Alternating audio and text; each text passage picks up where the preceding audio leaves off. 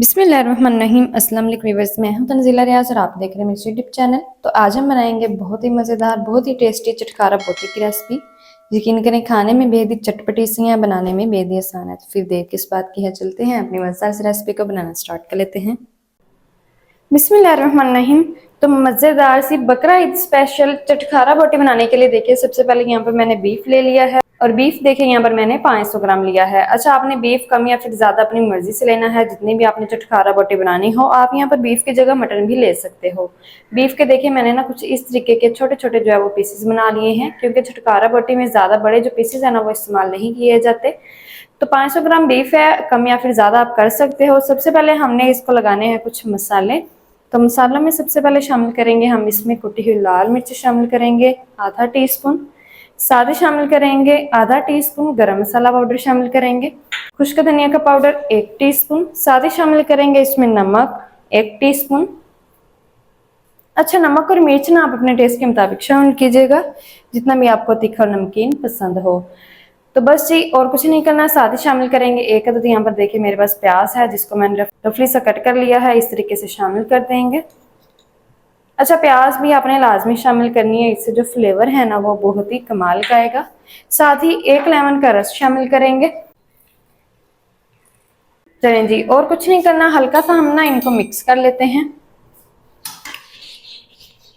ताकि जो मसाले हैं ना वो बीफ के ऊपर अच्छी तरीके से अप्लाई हो जाए।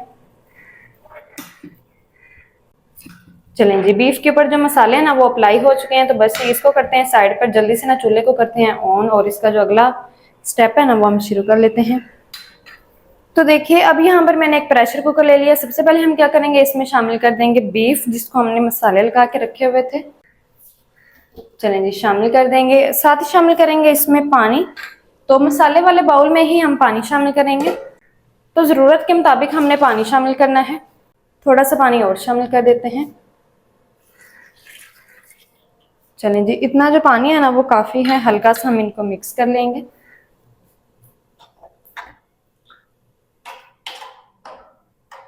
तो अच्छी तरीके से पानी भी मिक्स हो चुका है। अब लगाते हैं इसके ऊपर कवर और कवर करके हम इसको पकाएंगे।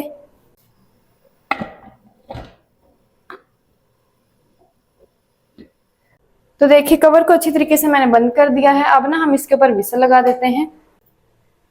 विसल ऑन होने से पहले फ्लेम को हाई रखेंगे। जब हमारी विसल ऑन हो जाएगी तो फ्लेम को ना बिल्कुल लो करके और 15 मिनट तक हमने इस बीफ को पका लेना है। तो 15 मिनट तक मैं बीफ को पका लूँ, फिर मैं आपको दिखाती हूँ।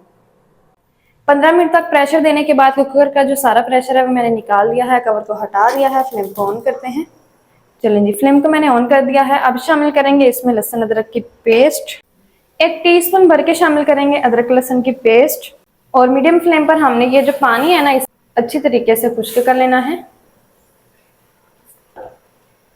अच्छा, ये जो अब प्याज हमने शामिल की थी ना, इस स्पैचुला को ना हम इस तरीके से लगातार चलाते जाएंगे। तो प्याज हमारी अच्छी तरीके से नरम हो चुकी है। तो इस स्पैचुला की मदद से ना ये अच्छी तरीके से मैश हो जाएगी इस तरीके से। तो मीडियम फ्लेम पर पानी को खुश्क कर लेंगे।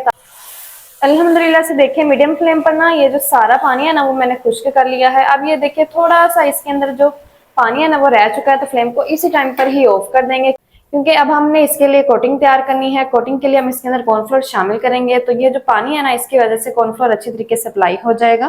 तो इतना सा पानी हम रहने देते हैं। तो जल्दी से ना हम इस बीफ को ठंडा कर लेंगे, फिर हम इसको मसाला लगाएंगे। तो बीफ हमारा प्रॉपर तरीके से ठंडा हो चुका है। अब शामिल करेंगे इसमें खुश्क धनिया। देखिए, यहाँ पर मैंने 1 टेबल स्पून भर के खुश्क धनिया का लिया है, जिसको मैंने दरदरा सा कूट कर लिया है। साथ ही शामिल करेंगे 1 टीस्पून भर के कुटी हुई लाल मिर्च। 1/4 टीस्पून शामिल करेंगे इसमें येलो फूड कलर। साथ ही शामिल करेंगे 2 टेबल स्पून भर के शामिल करेंगे कॉर्नफ्लोर बाइंडिंग के लिए। और साथ ही साथ इससे जो हमारी चटखारा बोटी है ना बहुत ही ज्यादा क्रिस्पी बनेगी और इसकी वजह से जो मसाला है ना वो उतरेगा भी नहीं। तो बस ये अच्छी तरीके से मिक्सिंग कर लेते हैं।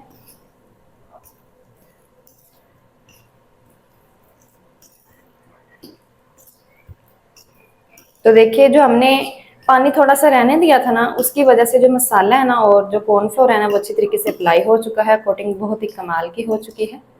तो बस जी, ये चटखारा बोटी फ्राई होने के लिए तैयार हो चुकी है। तो जल्दी से ऑयल को करते हैं गर्म। इनको फ्राई कैसे करना है तमाम तरीका मैं आपके साथ शेयर करती हूँ। चटखारा बोटी को फ्राई करने के लिए यहाँ पर मैंने ऑयल को अच्छी तरीके से गर्म कर लिया है। फ्लेम को ना अब हमने लो कर देना है। अब ना हम इसके अंदर अपने जो पीसीस है ना बीफ के शामिल कर देंगे।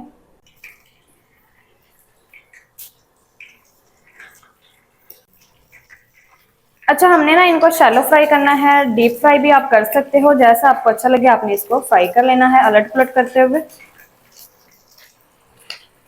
एक टाइम में उतने ही पीसेस शामिल करेंगे जितने इजीली इसमें आ जाएंगे।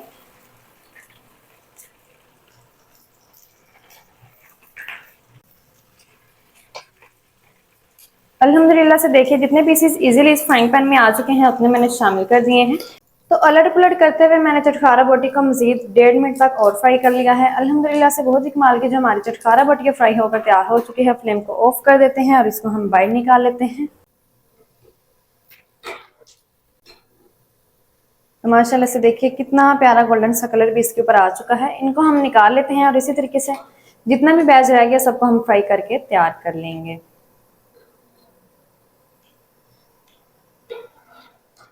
बिस्मिल्लाहिर्रहमानिर्रहीम।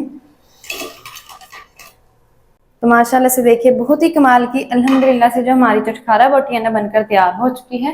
अल्हम्दुलिल्लाह से ये देखिए कितनी कमाल की बन चुकी है। यकीन करें खाने में ना ये बेहद ही मज़े की है, बनाने में बेहद ही आसान है। तो आपने भी ना इस रेसिपी को घर में लाजमी ट्राई करना है। इंशाल्लाह ये रेसिपी आपको बेहद ही पसंद आएगी।